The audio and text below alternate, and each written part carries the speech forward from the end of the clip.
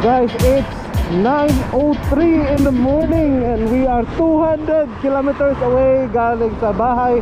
Dito tayo ngayon sa Tokyo Farm. Tokyo Farm, may mga bulaklak na makulay.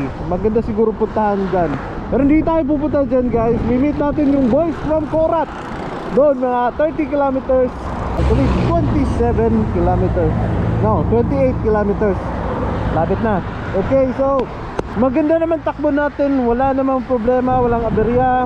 Focus tayo sa kalsada. Dapat tingnan natin yung mga sasakyan, yung mga debris, may mga gulong bang natapon sa kalsada, yung mga naglilipat bahay na may nahulog ng refrigerator o kung ano-ano. Okay, so sa lahat mga nagra-ride ngayon, ride safe po kayo, ingat po kayo, dahil especially po sa mga areas dito merong sinarang lane. Ewan ko kung bakit sinarado itong napakahabang lane, mahigit 20 kilometers na sarado yung isang lane, wala namang ginagawa. At yung mga ibang cones ay tumitilapod na. Delikado. Kaya ingat po kayo, guys. Alright, let's go.